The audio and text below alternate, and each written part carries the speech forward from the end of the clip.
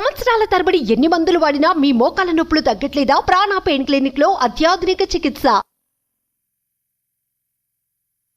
నమస్తే రమ్మగారు. నమస్తే జయ.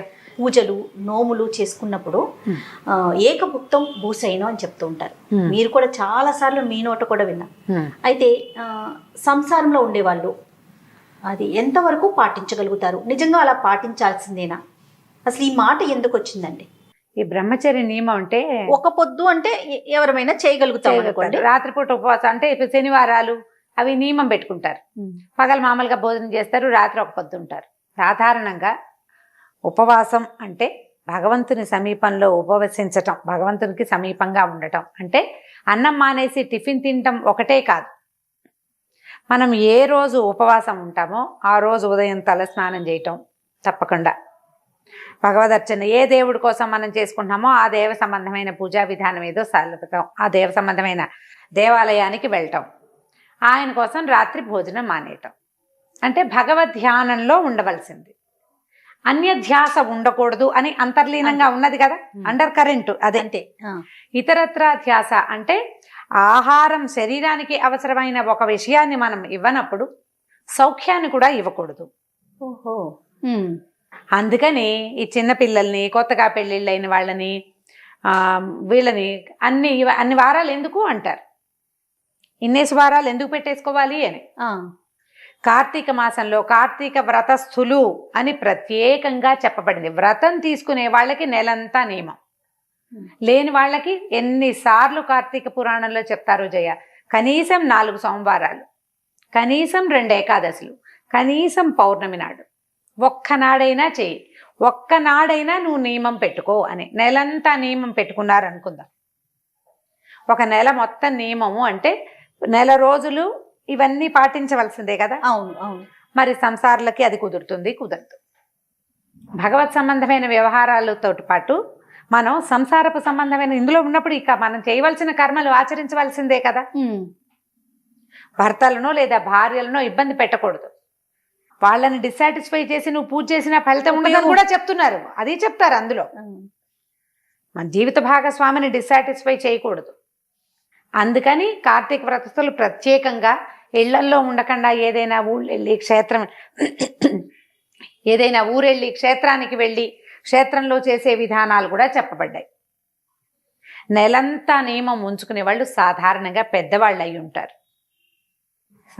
సాధారణంగా సంసార జీవితం గడిపే చిన్నవాళ్ళకి అది చెప్పబడలా. ఈ బంధాలకు కొంచెం దూరంగా ఉన్నవాళ్ళు కొంత ఆ వయసు రీత్యా వాళ్ళు కొంచెం పలచబడుతుంది వ్యవహారాలన్నీ కూడా, అప్పుడు చేసుకోవచ్చు. ఇప్పుడు అయ్యప్ప స్వామి దీక్ష తీసుకుంటారు. అవునండి. మండల దీక్ష 40 రోజులు. అది ఖచ్చితమైన బ్రహ్మచర్య నియమం ఉంది కదా. అసలు ఇంట్లోనే ఉండకుండా దేవాలయంలోనో లేదా ఎక్కడైనా ఉండేది, 4 స్వాములు కలిసి ఒక చోటే వండుకుని తిని భగవద్ ధ్యానంలో ఉండే విధానం కూడా ఉంది కదా. సాధారణ వ్రతాలకి అంత తీవ్రమైన ఇది చెప్పబడలేదు, కానీ అండర్ కరెంట్ ఇది తప్పకుండా. ఆంజనేయ స్వామి మాల వేసుకుంటారు, అమ్మవారి మాల వేసుకుంటారు. మాలలకి ప్రత్యేక నియమము అని రాయబడి ఉంటుంది దానికి. ఇప్పుడు ఒక దేవాలయంలో అమ్మవారి మాలలు ఇది వరకులో ఎప్పుడు వచ్చినాయి. భవానీ దీక్ష అంటే దానికి బ్రహ్మచర్యం అనేది నియమం. ఖచ్చితంగా గురువు గారు ఎవరి దగ్గర మాల వేసుకున్నారో వాళ్ళు చెప్తారు. మనం ఈ కార్తీక మాసం, మార్గశిర మాసానికి మనం ఎక్కడికి వెళ్ళాం, మనమే ఏదో చదువుకుంటూ ఉంటాం. అవునవును. అలాంటప్పుడు మీరు నియమం పెట్టుకున్న రోజున బ్రహ్మచర్యం పాటించాలి. నెలంతా భార్యకి భర్తలు దూరంగా ఉండాలన్న మాట ఎక్కడా చెప్పబడలేదు. అందుకని 4 సోమవారాలు మనకి నియమించారు కదా. ఓ 4 సోమవారాలు లేదా 5 సోమవారాలు వస్తాయి. పౌర్ణమి 1 నియమం. Okay okay. తర్వాత ఏకాదశులు ఉండే అలవాటు ఉన్నవాళ్ళు ఏకాదశికి కూడా ఈ నియమం ఉంటుంది.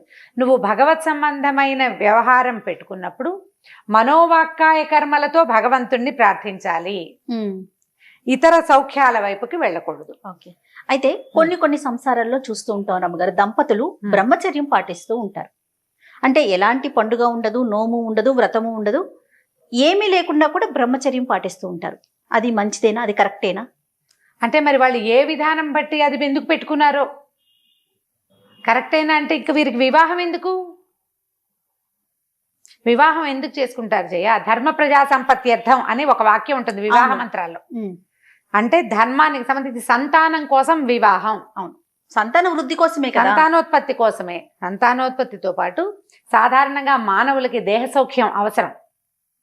అది ఒకళ్ళని ఇద్దరు మనుషులు పెళ్లి చేసుకుంటే ఎక్కడెక్కడి వాళ్ళో ఒక చోట పెళ్లి పేరుతో కలుస్తారు కదా. మరి వీళ్ళిద్దరిని కలిపి ఉంచేందుకు కొంతకాలం సంసార సౌఖ్యం అవసరం, తర్వాత సంతాన సౌఖ్యం అవసరం.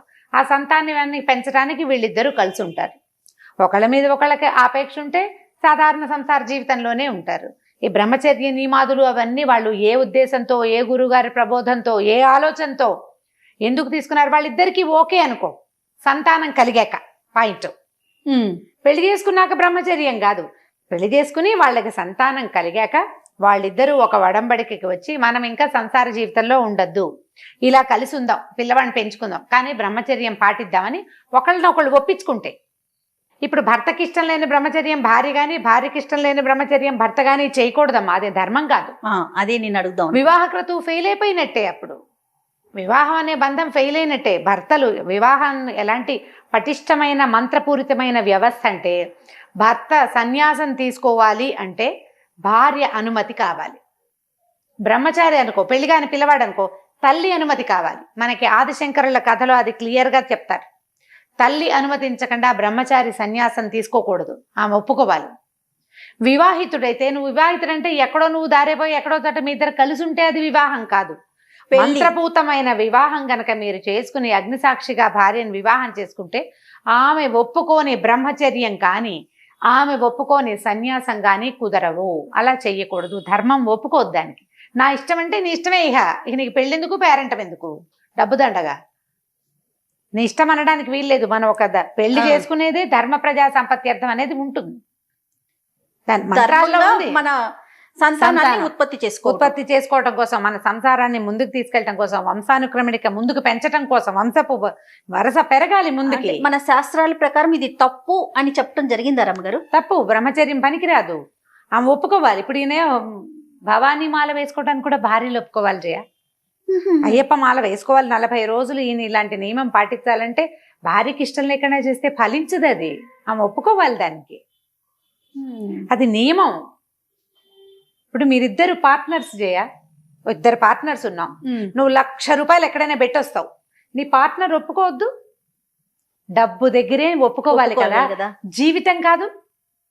ఆమె నిన్ను నమ్మి కదా ధర్మేచ అర్ధేచ మోక్షేచ కామేచ నాతిచరామి అని చెప్పావు నువ్వు పెళ్లిలో, ఈమెని అతిచరించి ప్రవర్తించను అని.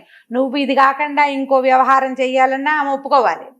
నువ్వు అసలు ఇది కాదు నేను ఏది చేయను అన్నా కూడా ఆమె ఒప్పుకోవాలి. ఒప్పుకోనిది ఫలించదు, ఇది ధర్మ సంబంధమైన వ్యవహారం అనుకో. ఇప్పుడు నీకేదో ఆమెతోటి పనికిరాదు, నీ దారి నువ్వు లేచకపోతావు, ఆమె దారిని ఆమె ఏదో జీవిస్తుంది, బోళ్ళని ఉన్నాయి అలాంటి వ్యవహారాలు, అవి వదిలేదు. అవి కాదు. ప్రత్యేకంగా బ్రహ్మచర్యం అనే నియమం కానీ సన్యాసాశ్రమం కానీ తీసుకోవాలంటే భార్య ఒప్పుకోవాలి, అనుమతి కావాల్సిందే. వివాహం అయ్యాక సంతానం కలగకుండా మేము బ్రహ్మచర్యం పాటిస్తాం, ఊరికే మేము ఇద్దరం కలిసి ఒకసారి వండు తింటాం అంటే దానికి పెళ్లి చేసుకోక్కర్లేదు. ఇప్పుడు చూస్తున్నాం కదా కొత్త కల్చర్, అది చాలు. పెళ్లి ఎందుకు? ఇప్పుడు నువ్వు కలిసి ఉండాల్సిన అవసరం ఏముంది?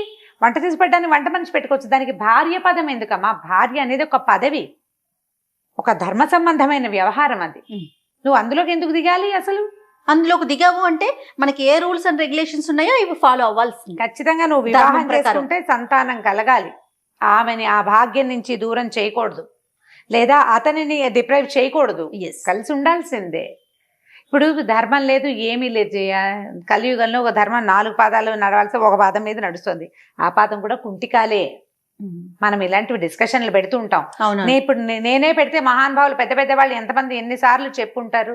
కొంతమందికి కొద్ది మందికైనా ఇది కొంచెం అవగాహన వస్తుందని చెప్పటమే ఈ పని కాదు. కాకపోతే మీరు పూజా విధానాలప్పుడు బ్రహ్మచర్యం కోసం చెప్పబడింది అయితే నాకు మరి అన్ని చోట్ల ఇది ఖచ్చితంగా ఉందో లేదో నాకు తెలీదు. నేను ఇద్దరు పెద్దవాళ్ళు చెప్పారు, సువాసిని వ్రతాలు కొన్ని ఉంటాయి, శ్రావణ మంగళవారపు నోములు కానీ శ్రావణ శుక్రవారాలు కానీ భర్తకి కాదనక్కర్లేదు అని ఒక నియమం ఉంది, ఒక పద్ధతి ఉంది. అది మరి అందరి ఇళ్లలో అలా ఉందో లేదో నాకు తెలియదు, ఎందుకంటే అది సువాసిని వ్రతం, భర్తల కోసమే నోచుకునే నోములు కాబట్టి అప్పుడు బ్రహ్మచర్య నియమం అక్కర్లేదని ఇద్దరు పెద్దవాళ్ళు ఎప్పుడో చాలా కాలం క్రితం నాతో చెప్పారు.